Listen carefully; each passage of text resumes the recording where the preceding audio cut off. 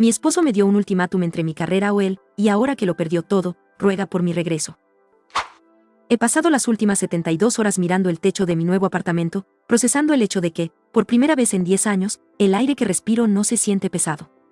No hay cámaras vigilando mis movimientos, no hay rastreadores escondidos en mi ropa y, sobre todo, no hay una voz constante recordándome que mi éxito profesional es una afrenta a nuestro matrimonio. Me llamo Elena, y hace apenas unos meses, vivía en lo que yo pensaba que era un hogar, pero que en realidad era una jaula de cristal diseñada por el hombre que juró amarme. Todo comenzó a desmoronarse de manera definitiva hace 3 meses. Mark, mi ahora ex esposo, se sentó frente a mí en la mesa del comedor con una expresión gélida que yo ya conocía bien. No hubo preámbulos. O dejas ese trabajo corporativo que te quita tanto tiempo, o preparo los papeles del divorcio mañana mismo, me soltó, mientras deslizaba una carpeta sobre la madera pulida. Yo siempre fui la proveedora principal. Mientras Mark intentaba, sin éxito, levantar un negocio de suministros que nunca terminaba de arrancar, mi carrera en biotecnología era el motor que financiaba nuestra casa de 4 habitaciones, nuestros viajes a Europa y el estilo de vida cómodo que él tanto presumía ante sus amigos. Sin embargo, para Mark, mi éxito no era motivo de orgullo, sino una amenaza. Empezó de forma sutil, quejándose de mis horas en la oficina, pero pronto escaló a un control asfixiante. Revisaba mi teléfono después de cada salida con mis colegas y cuestionaba cada nombre en mi lista de contactos, alegando que solo intentaba ser protector en un mundo lleno de gente malintencionada. El punto de quiebre fue cuando descubrí que me había obligado a usar un rastreador GPS en mi cinturón cada vez que salía sin él. El mundo es peligroso para una mujer sola, decía con una sonrisa que ya no llegaba a sus ojos. La tensión explotó cuando, limpiando su oficina, encontré los papeles del divorcio que mencionó. No eran una amenaza vacía, estaban redactados con una precisión quirúrgica, diseñados para quedarse con gran parte de mis activos financieros y el control total de nuestras cuentas. Fue en ese momento cuando entendí que Mark no quería a una esposa, quería un cajero automático que no tuviera voluntad propia. Decidí que no iba a esperar a que él hiciera algo, actuaría yo primero. Planeé mi escape con la frialdad de quien sabe que su vida depende de un solo movimiento. Mientras él se fue a un viaje de negocios de 2 semanas, irónicamente pagado con mi tarjeta de crédito, puse en marcha mi plan. Hablé con mi jefe, quien ya conocía parte de mi situación, y conseguí una transferencia inmediata a otro estado con un aumento de salario significativo. La noche de mi partida fue casi poética. Una tormenta eléctrica azotaba la ciudad, lo que me dio la excusa perfecta para apagar el disyuntor principal de la casa. Sabía que Mark había instalado cámaras ocultas en la cocina, la sala y hasta en nuestro dormitorio, y necesitaba que los ojos digitales de mi captor estuvieran ciegos mientras la empresa de mudanzas vaciaba mis pertenencias. Trabajamos bajo la luz de linternas, bajo el estruendo de los truenos, borrando mi existencia de aquellas paredes. Cuando Mark aterrizó de su viaje, no encontró a la esposa sumisa que esperaba. En su lugar, lo recibió un alguacil en la puerta para entregarle mis propios papeles de divorcio y una orden de alejamiento temporal. Lo que siguió fue un total descontrol de su parte. Al verse solo y sin mi respaldo económico, Mark perdió los estribos. No pudo controlarse, destrozó los muebles de la casa, la misma que yo pagué, y terminó arrestado tras arremeter contra el oficial que lo custodiaba. El caos no terminó ahí. Su familia empezó a enviarme correos diarios llamándome traidora y asegurando que había arruinado la vida de un buen hombre por un malentendido de protección. Incluso amigos que consideraba cercanos sugirieron que fui demasiado extrema, que debería haberle dado la oportunidad de ir a terapia antes de mudarme al otro lado del país. Pero la realidad era mucho más oscura. La hermana de Mark, quien irónicamente trabajaba en un centro de apoyo para víctimas, cometió el error de admitir ante su madre que Mark tenía los papeles listos desde hacía meses. Querían atraparme legalmente, vinculando mis cuentas bancarias a sus deudas masivas de negocio antes de que yo pudiera reaccionar. Cuando mi suegra vio las fotos de los destrozos en la casa y las evidencias de las cámaras ocultas que encontré antes de irme, el silencio se apoderó de ellos. Ayer, Mark me escribió desde un número desconocido. Lloraba. Decía que solo quería mantenerme a salvo y que ahora no tiene cómo pagar la hipoteca. Me ofreció perdonarme por la humillación pública si retiraba los cargos, alegando que su reputación está arruinada y no puede conseguir empleo. Es increíble cómo la audacia de un hombre así no tiene límites. El proceso legal fue agotador pero revelador. Durante las audiencias por videollamada, Mark intentó presentarse como la víctima, exigiendo compensaciones por daños morales y por los salarios perdidos mientras estaba detenido. El juez, sin embargo, no tuvo paciencia para sus juegos. Tras verlo perder los papeles y actuar de forma agresiva en plena sesión, el magistrado fue tajante: si usted se ama tanto a sí mismo como para vigilar y asfixiar a su esposa, mejor cásese con un espejo.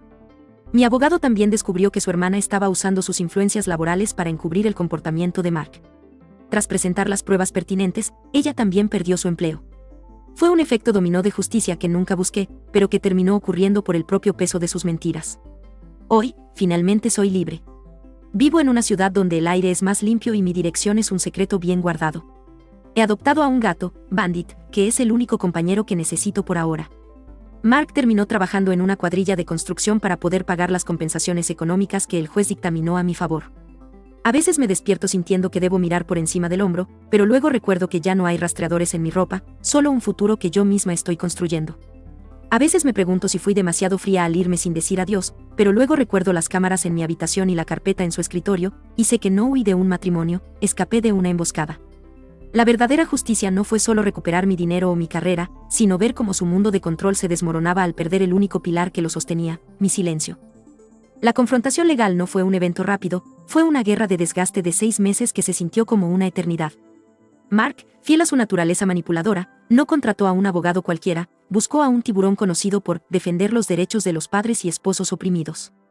Su estrategia inicial fue presentarme ante el tribunal como una mujer fuera de sí, impulsada por la ambición profesional, que había abandonado su hogar y se había apropiado de los activos conyugales en medio de una crisis mental. Recuerdo la primera audiencia por Zoom. Yo estaba en mi nueva ubicación, con el corazón martillando en mi pecho, mientras veía su rostro en la pantalla. Se veía demacrado, con una barba de varios días, tratando de proyectar la imagen de un hombre destrozado por el abandono. Su señoría, dijo su abogado con una voz engolada, mi cliente solo instaló medidas de seguridad en su hogar porque vivimos en tiempos peligrosos. Lo que mi esposa llama hostigamiento, cualquier esposo devoto llamaría cuidado extremo. Ella huyó en medio de una tormenta, robando muebles y vaciando cuentas, dejando a un hombre trabajador en la ruina emocional. Yo sentía que la sangre me hervía, pero mi abogada, una mujer impecable llamada Sara, simplemente me puso una mano en el hombro, figuradamente, a través de nuestra conexión privada, y me pidió calma. Ella tenía un as bajo la manga que Mark no esperaba, la cronología del engaño. El primer gran golpe ocurrió cuando Sara presentó el análisis forense de la computadora de la casa. No solo encontramos los papeles del divorcio que él ya tenía listos, encontramos algo mucho más oscuro. Mark había estado instalando herramientas de monitoreo en mi computadora del trabajo meses antes del ultimátum.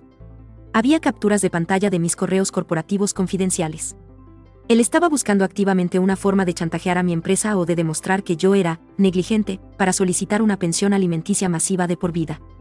Señor Mark, preguntó el juez con una ceja levantada, ¿podría explicar por qué un esposo devoto necesita capturas de pantalla de los presupuestos trimestrales del Departamento de Biotecnología de su esposa? Mark tartamudeó. Dijo que quería ayudarme con las finanzas.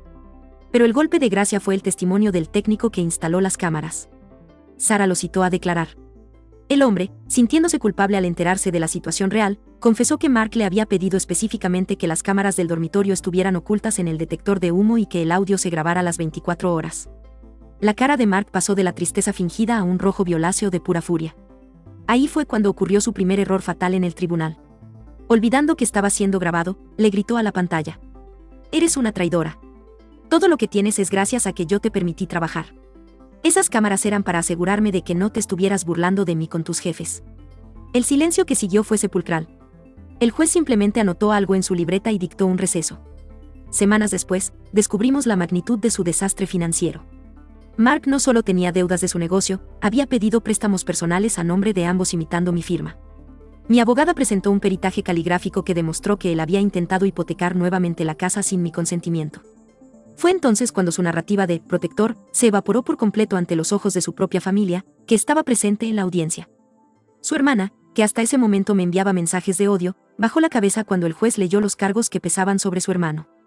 La cereza del pastel fue cuando el oficial de policía que lo arrestó la noche en que él había perdido el control describió como Mark, fuera de sí, gritaba que yo era de su propiedad y que me encontraría, sin importar dónde me escondiera. Esa declaración aseguró que la orden de restricción pasara de ser temporal a permanente por 5 años. Al final, el juez no solo me otorgó el divorcio inmediato, sino que dictaminó que Mark debía compensarme por cada centavo que retiró fraudulentamente, además de una indemnización por daños emocionales que lo obligaría a vender lo poco que le quedaba de su negocio fallido. Lo vi una última vez a través de la pantalla antes de cerrar la sesión definitiva. No había rastro del hombre arrogante que me dio el ultimátum. Solo quedaba un sujeto pequeño, amargado, dándose cuenta de que al intentar cortarme las alas, él mismo se había lanzado al vacío. El tribunal le advirtió que cualquier intento de contactarme, ya fuera por redes sociales o a través de terceros, le traería consecuencias inmediatas. Cerrar esa computadora fue como quitarme un grillete de hierro que llevaba años apretándome el tobillo. Pero la verdadera prueba no fue ganar el juicio, sino lo que vino después, aprender a vivir sin el miedo constante de ser observada. La transición de ser una mujer vigilada a ser una mujer invisible fue un proceso más lento de lo que esperaba. Me mudé a una ciudad costera del norte, un lugar donde la niebla de la mañana parece ocultar los secretos de todos y donde el sonido del mar apaga el eco de las discusiones que aún resonaban en mi cabeza. Mi nuevo apartamento es un espacio minimalista en un piso 12, con ventanales que dan al puerto. Irónicamente, lo primero que hice al mudarme no fue desempacar la ropa, sino contratar a un experto en seguridad privada para que barriera cada rincón del lugar. Necesitaba saber, con certeza científica, que no había lentes ocultos en los detectores de humo ni micrófonos en las tomas de corriente. Fue en mi segunda semana aquí cuando Bandit entró en mi vida. No fue planeado. Lo encontré acurrucado bajo un contenedor de basura cerca de mi nuevo edificio, un pequeño ovillo de pelo gris y blanco que me miró con una desconfianza que reflejaba la mía. Lo llamé Bandit, bandido, porque, de alguna manera, él también parecía estar huyendo de algo y robando momentos de paz donde podía. Él se convirtió en mi centinela. Si alguien camina por el pasillo fuera de mi puerta, Bandit levanta las orejas y se sienta frente a la entrada. Verlo tranquilo me permite a mí estar tranquila. Si él no está alerta, yo no tengo por qué estarlo. Sin embargo, la sombra de Mark no desapareció por completo solo porque un juez firmó un papel. Un martes por la tarde, mientras tomaba un café en una pequeña librería local, ocurrió lo que tanto temía, un encuentro con el pasado. Estaba hojeando un libro sobre botánica cuando escuché una voz familiar. «¿Elena? ¿De verdad eres tú?» Se me heló la sangre. Al girarme, vi a Clara, una de las pocas amigas en común que se había mantenido neutral durante el divorcio. Mi primer instinto fue salir corriendo, pero mis pies se quedaron clavados en el suelo de madera. Clara se acercó con una mezcla de lástima y curiosidad que me revolvió el estómago. «¿Te ves diferente?», dijo ella, escaneándome de arriba a abajo.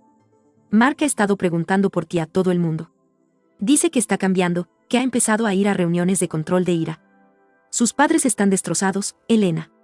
Dicen que no les permites ni saber si estás viva». En ese momento, sentí que la antigua Elena, la que pedía disculpas por existir, iba a salir a dar explicaciones. Pero la mujer que sobrevivió al juicio tomó el control. Cerré el libro con firmeza y la miré a los ojos. «Clara, si Mark te envió a buscarme o si planeas decirle dónde estoy, te sugiero que lo pienses 2 veces. Mi orden de restricción incluye a terceros que actúen en su nombre. No estoy escondida porque tenga miedo, estoy aquí porque elegí no ser un personaje en su drama». La cara de Clara se descompuso. No esperaba que yo respondiera con tanta frialdad. Se despidió torpemente y se fue. Esa noche no dormí bien. Me quedé mirando la puerta, esperando que ella no hubiera anotado la dirección de la librería o que no me hubiera seguido. Pero cuando miré a Bandit, él estaba profundamente dormido sobre mi regazo, ronroneando con una paz absoluta. Me di cuenta de que mi libertad no dependía de que Mark cambiara o de que su familia me perdonara, sino de mi capacidad para decir no y no sentirme culpable por ello. Mi nueva carrera en esta ciudad ha despegado de una forma que nunca imaginé. Sin alguien en casa saboteando mis presentaciones o exigiéndome que regresara temprano para atenderlo, mi productividad se triplicó. Mi jefe actual valora mi capacidad analítica y, por primera vez, me siento respetada como profesional y no como una competidora en mi propio hogar. He empezado a invertir el dinero que el juez me otorgó en un fondo para mujeres que buscan escapar de situaciones de control coercitivo. Es mi forma de cerrar el círculo. A veces, cuando camino por la playa al atardecer, saco mi teléfono y veo que todavía tengo bloqueadas decenas de llamadas de números desconocidos. Sé que es él, o su hermana, o su madre, intentando succionarme de vuelta al caos que ellos llaman familia. Pero luego guardo el teléfono, siento la brisa fría en mi cara y sigo caminando. La gente en Reddit suele preguntar si la venganza es dulce. Yo les diría que la venganza no es el objetivo. La verdadera victoria no fue ver a Mark trabajando en una construcción bajo el sol, aunque no voy a mentir, saber que finalmente está ganando su propio dinero de forma honesta tiene su ironía. La verdadera victoria es despertar un domingo por la mañana, preparar café en una casa en silencio y saber que nadie, absolutamente nadie, sabe en qué estoy pensando. He aprendido que la paz tiene un precio, y el mío fue mi vida anterior. Y si tuviera que elegir de nuevo, elegiría a Bandit, a mi carrera y a mi soledad 1.000.000 de veces antes que volver a esa jaula dorada. El cierre de este capítulo de mi vida llegó de la forma más retorcida posible, mezclando el último aliento de la obsesión de Mark con la misión que ahora da sentido a mi libertad. Para entender cómo terminó todo, hay que entender que un hombre como él no acepta la derrota, simplemente cambia de disfraz. Fue un jueves por la tarde. Estaba en la pequeña oficina de la fundación que ayudé a fundar, Proyecto Horizonte, un refugio y centro de asesoría legal para mujeres que, como yo, se encuentran atrapadas en redes de control financiero y psicológico. Estábamos trabajando en el caso de una joven cuya pareja le había saboteado el acceso a sus cuentas bancarias, una historia que me resultaba dolorosamente familiar. De repente, mi secretaria me avisó que había llegado un donante anónimo con una entrega especial. Al salir a la recepción, no encontré a una persona, sino una caja de madera elegantemente envuelta. Dentro no había dinero, sino un álbum de fotos antiguo y una carta. Se me detuvo el corazón al ver la caligrafía de Mark. Había encontrado la dirección de la fundación, probablemente rastreando los registros públicos de la organización. La carta era un ejercicio maestro de manipulación. No contenía insultos, sino una disculpa redactada con un nivel de victimismo que me dio náuseas. He vendido lo poco que me quedaba para hacer esta donación a tu causa, escribía, refiriéndose a unos míseros $500 que adjuntaba en un cheque. Si esto ayuda a otras mujeres, espero que puedas ver que he cambiado. Solo quiero que sepas que sigo usando mi cinturón con el rastreador que tú usabas, para sentir que todavía estamos conectados de alguna manera. Por favor, levanta la orden. No puedo vivir sabiendo que piensas que soy cruel y que necesitas mantenerme alejado de ti. Sentí un escalofrío. Ese detalle del rastreador no era un gesto de amor, era una señal de que seguía mentalmente atado a sus tácticas de vigilancia. Pero esta vez, no hubo pánico. Miré el cheque, miré el álbum de fotos, lleno de imágenes de nuestros primeros años donde yo ya lucía esa sonrisa forzada que ahora reconozco, y tomé una decisión. En lugar de responderle, llamé a mi abogada y al oficial de enlace de la policía. El intento de contactarme a través de mi lugar de trabajo y el envío de objetos personales era una violación directa de la orden de restricción permanente. Mark no entendía que en mi nueva vida, cada paso que él daba hacia mí era un paso más hacia su propia perdición. Esa misma tarde, entregué el cheque de $500 al Fondo de Becas Legales de la Fundación. Lo registré bajo el nombre de Donación por Reparación de Daños de un sujeto anónimo. Usamos ese dinero para pagar las tasas de presentación de una orden de protección para la joven en la que estábamos trabajando ese día. Fue el uso más productivo que ese dinero jamás tuvo. La policía actuó rápido. Al tener el registro de la entrega y la carta firmada, detuvieron a Mark en su ciudad.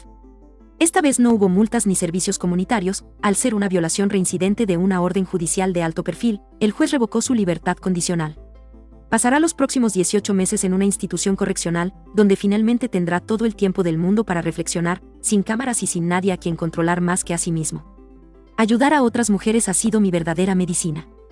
Cuando me siento frente a una mujer que tiembla al revisar su teléfono, o que tiene miedo de aceptar un ascenso porque su esposo se sentirá menos hombre, le muestro mis propias cicatrices legales.